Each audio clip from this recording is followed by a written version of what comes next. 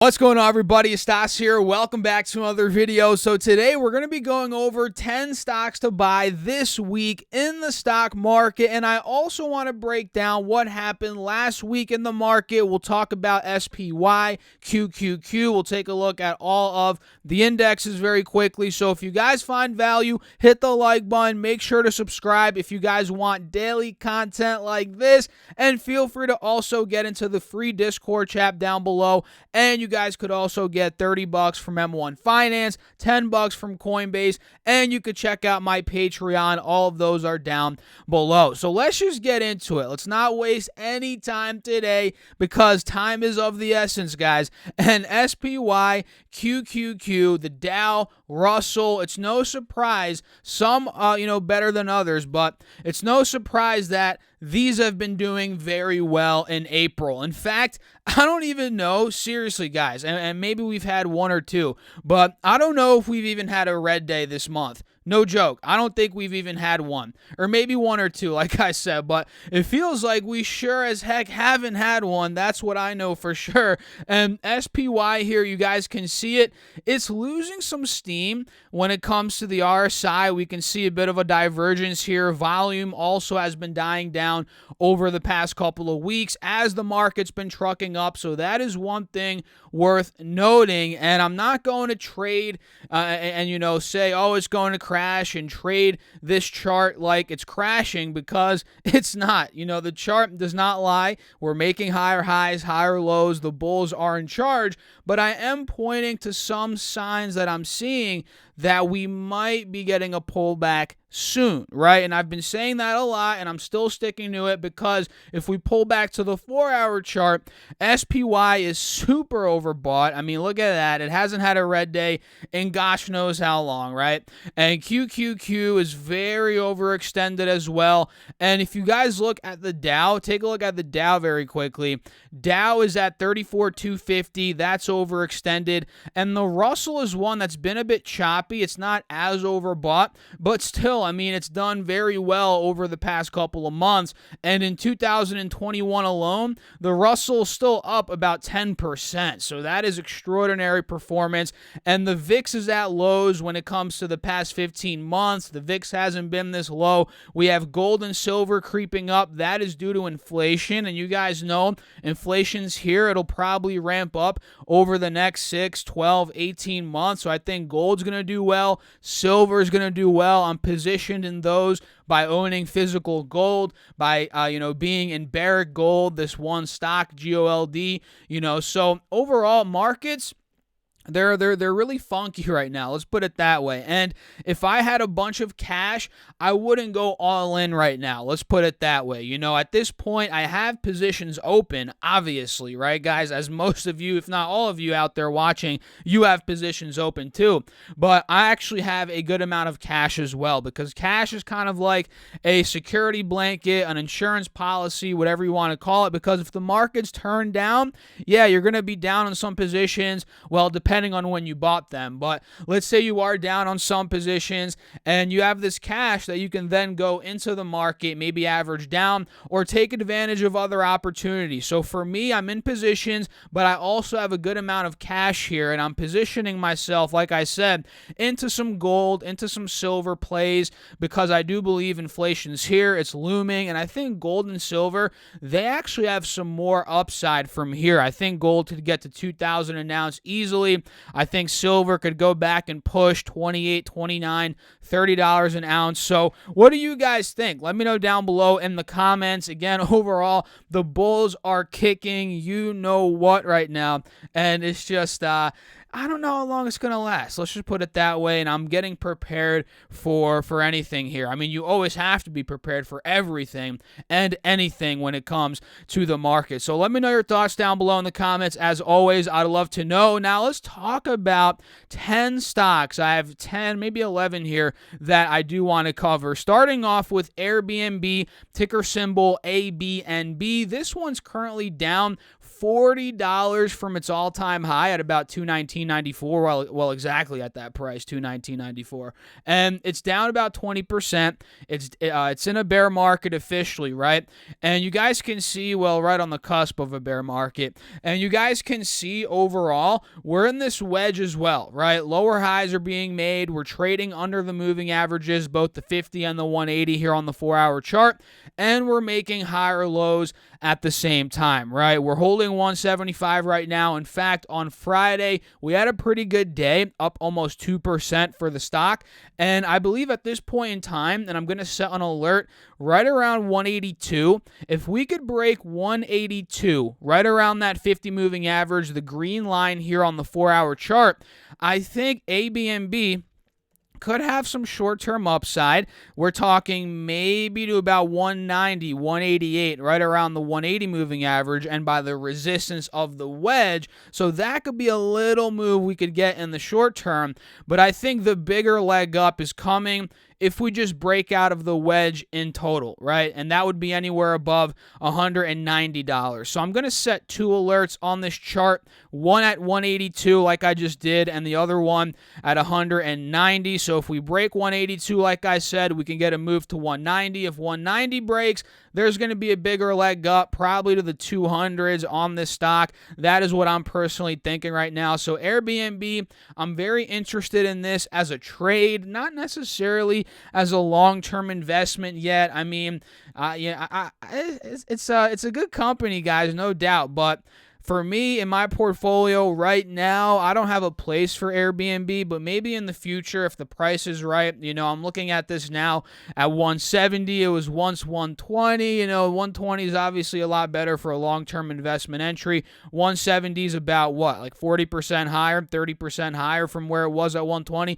So yeah, you guys have to understand, like I always say, and this is not my quote. I mean, you've heard this before. Price is what you pay, value is what you get, right? So always understand that. Not with just Airbnb, but with every stock out there in the markets. And Peloton, is one that I'm watching here. PTON is the ticker. This went down 3.08% on Friday. And I was digging into Peloton.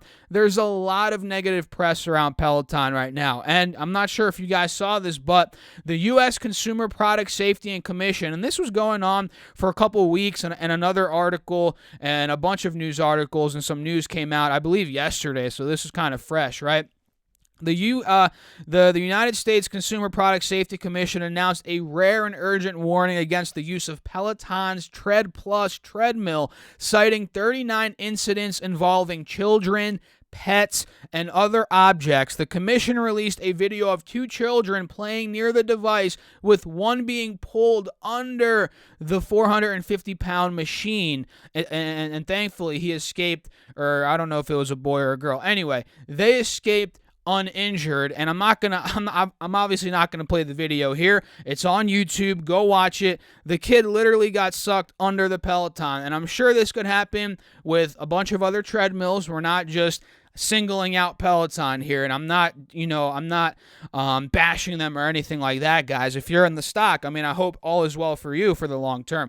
I'm just giving you the news as it is. This is what's coming out right now, and I believe one person, and I could be mistaken here, I was reading this earlier, one person actually died. So that's pretty rough, right? And I'm not sure what the implication in the very short term is going to be with Peloton. And long term, I don't think this is going to have, it probably won't. I mean, I'm not sure. Again, I'm not a fortune teller, but I don't think this is going to have too big of an effect on the stock, because at the end of the day, I mean, there's a bunch of Pelotons out there, and there's a lot of products out there, not just from Peloton, that people get injured by or whatever. And if it's a very small, tiny portion of the people using the product, I guess, long term, it's not like it doesn't matter. Of course it matters. People are getting injured. But if it's such a small percentage, at the end of the day, the business is going to keep trucking along. And I'm not sure. Yeah, in the short term, I think there's going to be some volatility because of this, maybe even a sell-off,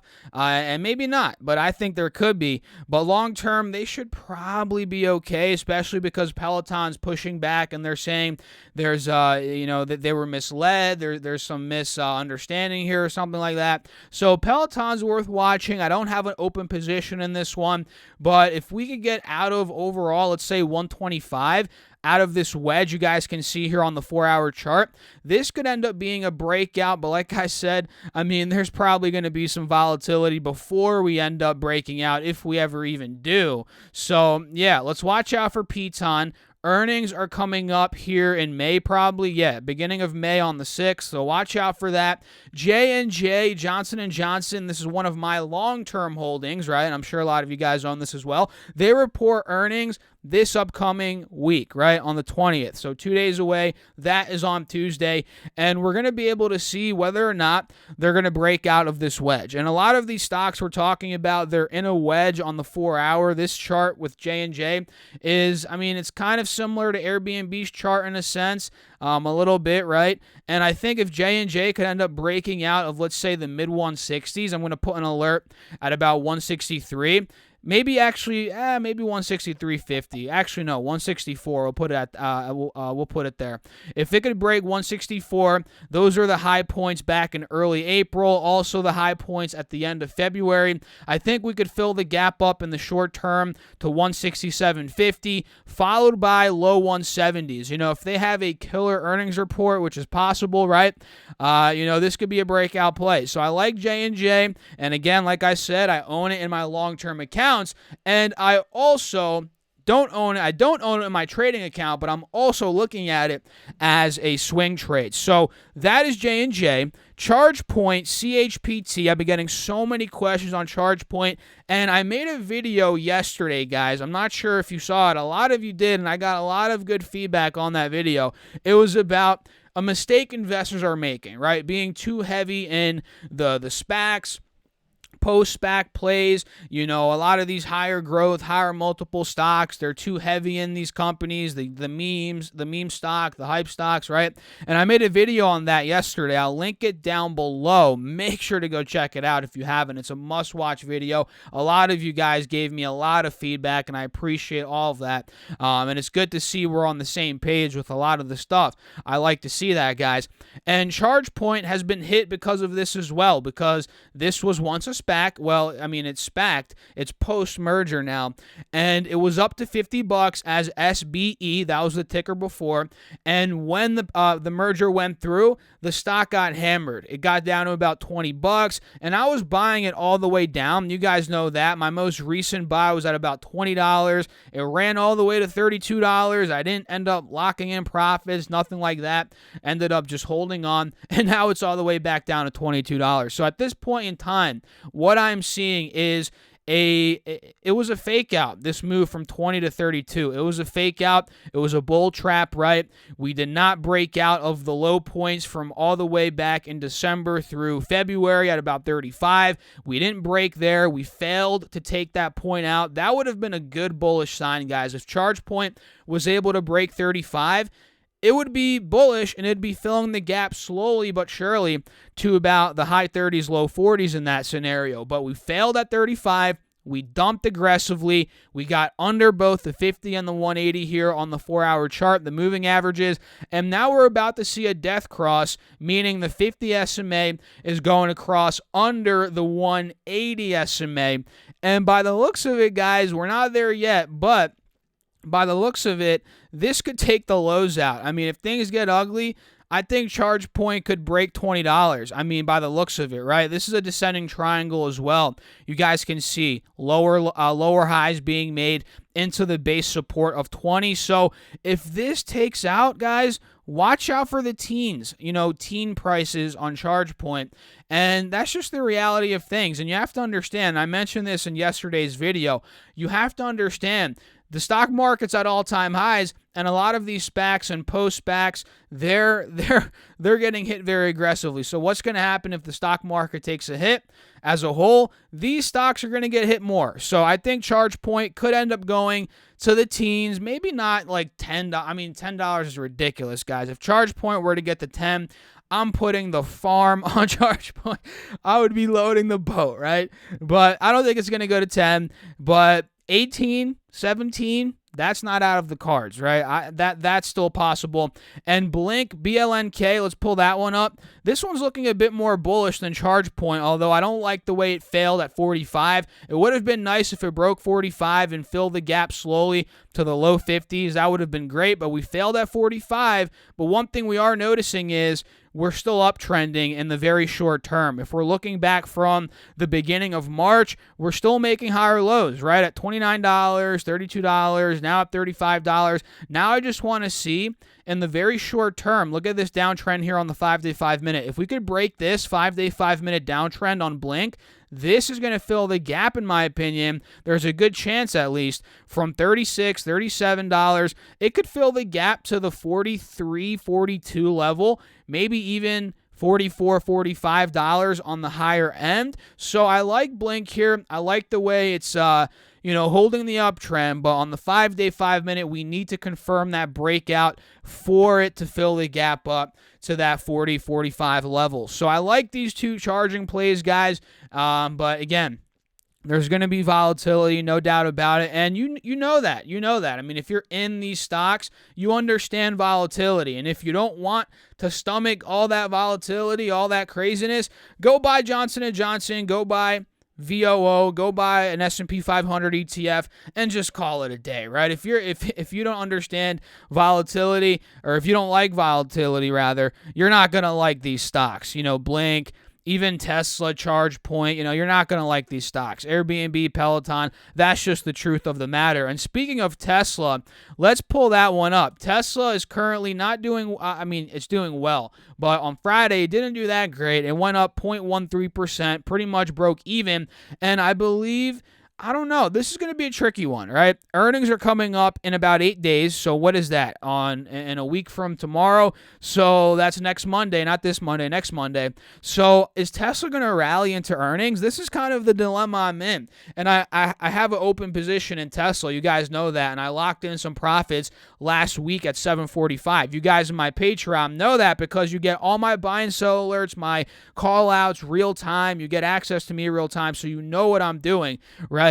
And at this point, we sold off from that 745 breakout to 780. Now we're back to about 740. We're holding a higher low on the 4-hour chart right around this 50 moving average. And if we pull up the hourly chart, you guys can see the uptrends holding as well. But we need to break 745, and the highs from Friday being at about 746, 748, 749. These levels need to break in the short term, and if they do, guys, I think technically speaking, heading into earnings, Tesla could fill the gap. Fill the gap straight up to 780. That could be about a 5% move there. So I like Tesla here, obviously, or else I wouldn't be in it.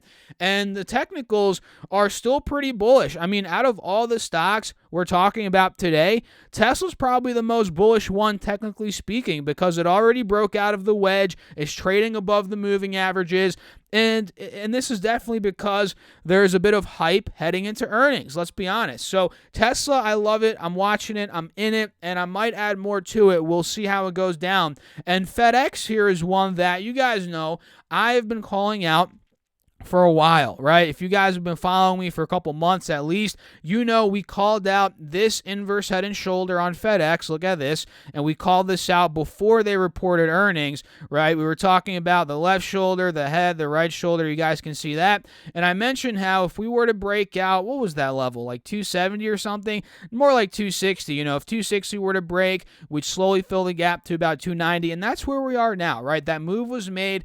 And I believe, yeah, obviously it's not the best deal now compared to what it was when I first called it out.